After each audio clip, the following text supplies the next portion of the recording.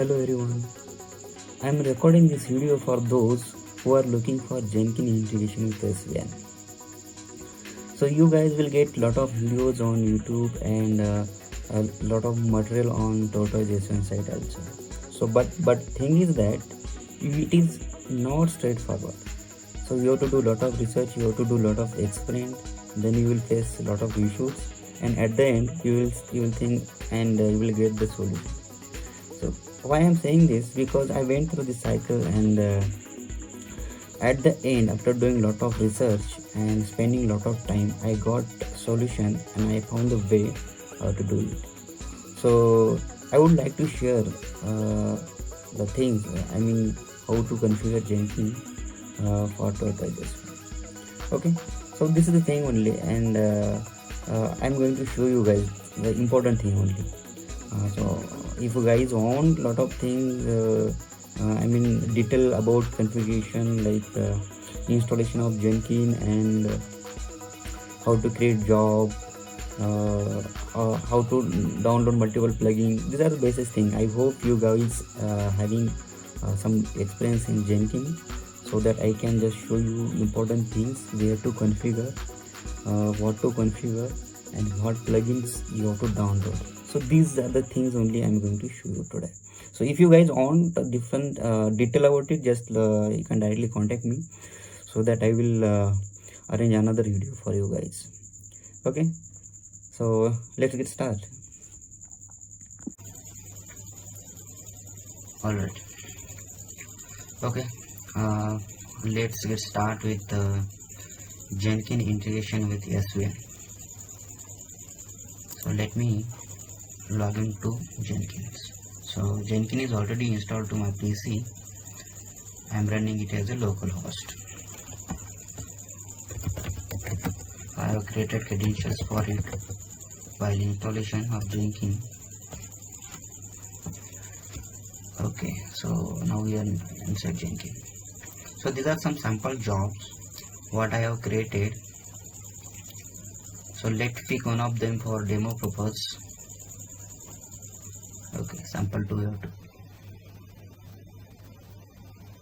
Okay, I hope you guys have some experience in Jenkins, so that I'm going to just show you how to configure, where to configure, and how to proceed.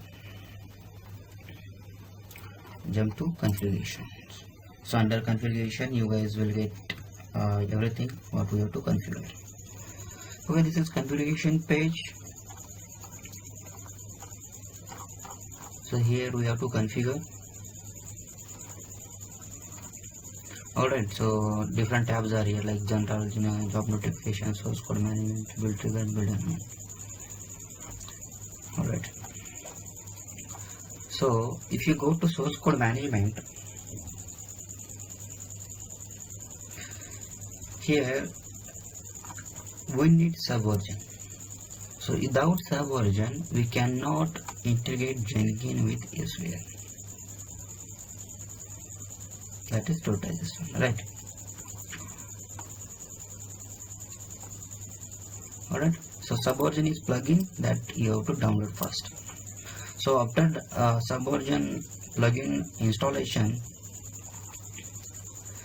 you will get access to subversion commands, which will allow us to access Tortoise SVN in background. Alright, so without subversion, we will not get access to background. There are multiple commands available for Tortoise SVN on their website, but all commands are not applicable for background access. So initially I also went through these commands, and I came to know that these commands are for accessing Tortoise SVN, but with UI mode. That means user has to give input to UI, and then based on that, this shell command will execute. But these commands are not useful for us for integration with Jenkins. So to integrate Jenkins with SVN, this is very important. We have subversion plugin, right? Alright, so here this is repository URL. So this is the URL where our source code lies. Alright, so same URL we have to give here. Alright, and local module directory. So this is local module directory. That means this is the directory where our local copy of source code will lies. Alright, so if you see, this is a relative path, so where it exactly goes. So one thing is here under job notification, if you goes to advanced, here you will get use custom workspace. Alright, so this is the direct directory where our Jenkins workspace will lies. Right, so this is our local directory for Jenkins workspace, and under this only this folder will be created, and under this the local copy of source code will be placed. Alright, so from this location to this location we will get local copy of our source code. Alright, fine. So next thing is that repository depth. You can select any one of them. So Infinity I have selected here. Then another important thing is that checkout strategy. Alright, so checkout strategy, what we have to select. I am using here use S1 update as much as possible, but we can select any one of them. So this is also important things. Always check out a fresh copy. So if we select this option, then every time it will delete existing folder and it will create latest one. So it will update our local folder with latest source code copy. Right. So right now I am just selecting S1 update as much as possible. So repository browser also you can select. Different repository browsers are available, but it's good to keep it auto so that it will select automatically. Then build trigger is there. We can select build trigger, how we have to trigger build, but in my case I am just doing it manually. You can set it periodically also. Alright, then build environment is here. So I have selected add timestamps to the console output. So what it will do, it will stamp as per the time when it got executed. So build, so this is a build step. This is very important, where you have to write your script. So I have selected here Windows bash command for writing my script. So here I written one small script which will take my software revision, I mean S1 revision. Then it will place to my local text file. Again when I have to run it build next time, then it will goes to that text file, take that previous S1 version and compare with latest one. And if latest one and older one is same, then it will not use good to build. It will get out of my just build process, and it will do normal process. But if previous version and current version is different, then it is going to execute.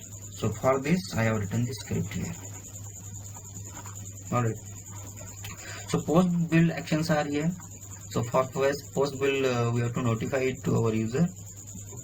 So I have selected the email notification. So we have multiple options here for notification purpose.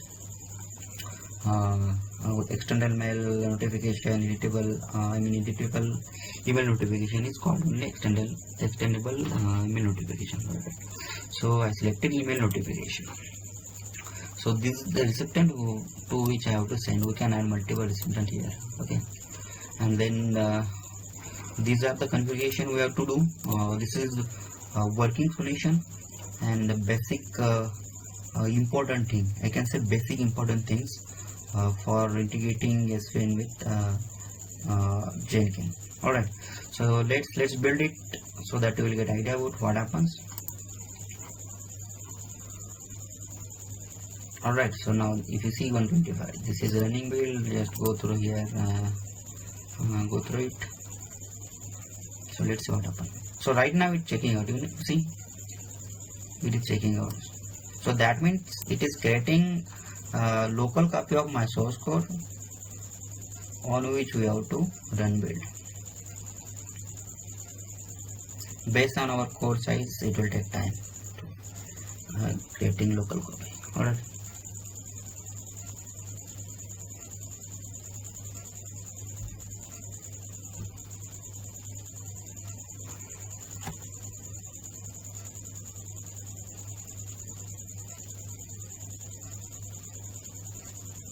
Okay, it is taking some time because source code, I think it has larger size.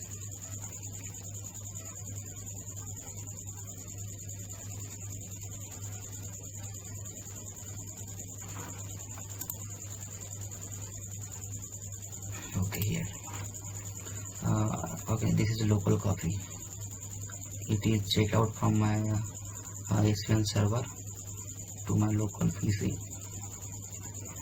and after completion of this checkout, it will run. Yeah, you see here. You see here, it has started. It has clean file. It has cleaned successfully. Then it has started building process. Okay.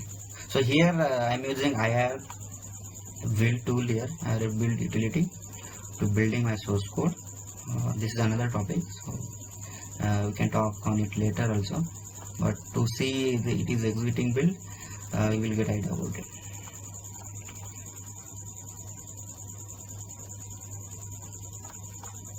Right, so it has completed build here. If you see, you got here are 2 errors are here and 1 is red. So what are the errors? So these are the build errors. So you can go through the build steps. So if you see, these are the errors. Cannot open source source.h. So these are related to source code. These build errors are there related to source code. We don't want to do anything with it because it is related to source code. Developer will take care of it. So we have to notify it to the user of the Jenkins. Alright, so this is finished and called failure because build has failed. Okay, so these are the thing only. So this is working solution, and this is the process how we have to configure it and proceed further. Okay, alright. Hope you guys got idea about Jenkins integration with SVN and how we can proceed for it and what are the important things required to do integration. I hope you guys got these things.